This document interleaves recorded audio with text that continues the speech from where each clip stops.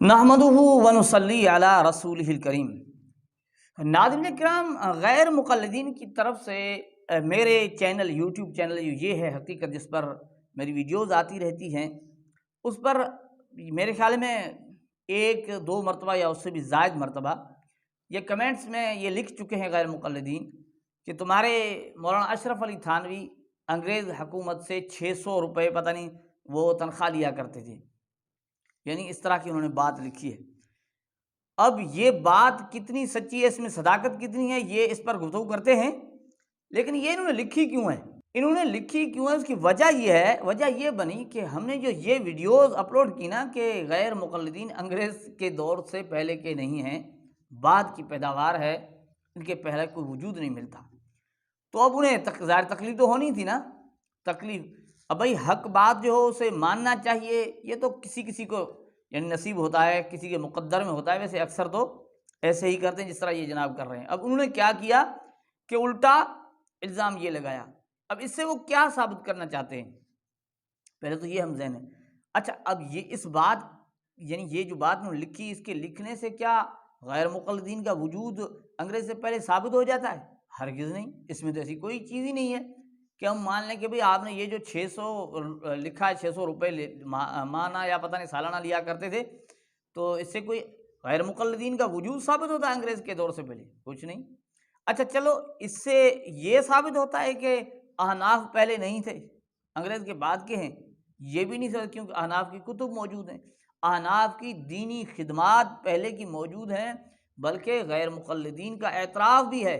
وہ کہتے ہیں کہ دین کی خدمت، حدیث کی خدمت علماء دیوبند کے متعلق انہوں نے کی ہے۔ احناف کی خدمت، دینی خدمات موجود ہیں، ان کی کتب موجود ہیں، یہ تو بات واضح ہے نا، تو یہ بھی نہیں ہو رہا۔ اب آتے ہیں اس کی طرف کہ یہ بات کتنی سچی ہے مولانا اشرف علی تھانوی کے متعلق جو انہوں نے لکھا ہے۔ دیکھیں، ایک بات آپ یاد رکھیں کہ اکثر غیر مقلدین کے جتنے اعتراضات ہیں ہمارے علماء نے ان کے جوابات دے رکھے ہیں، پہلے سے دیے ہوئے ہیں، یہ بیچارے بار بار ان کو دہراتے رہتے ہیں۔ اب یہ کتنی پرانی بات ہے، اس کا جواب 1365 ہجری میں، 1365 میں یوں سمجھو کتابی شکل میں ایک رسالہ کشف حقیقت کے نام سے لکھا گیا۔ اب انہوں نے جو حوالہ دیا نا مکالمۃ الصدرین، کہ صدرین کا مکالمہ، دو صدروں کا مکالمہ، تو ان کے جواب میں یہ جو کشف حقیقت بجواب مکالمۃ الصدرین 1365 میں لکھا گیا، اس میں جواب لکھا گیا، اور اس میں ان باتوں کی جو مکالمۃ الصدرین میں باتیں جو ہے نا ان کی مکمل اس مکالمۃ الصدرین کا یعنی رد کیا گیا ہے، اور وہاں لکھا گیا کہ یہ جھوٹ و افطرا پر مبنی ہے، اس کی کوئی حقیقت نہیں ہے، جھوٹ ہے۔ یعنی علماء نے اس وقت سے اس کا جواب دے رکھا اور اس کی تردید کی ہوئی ہے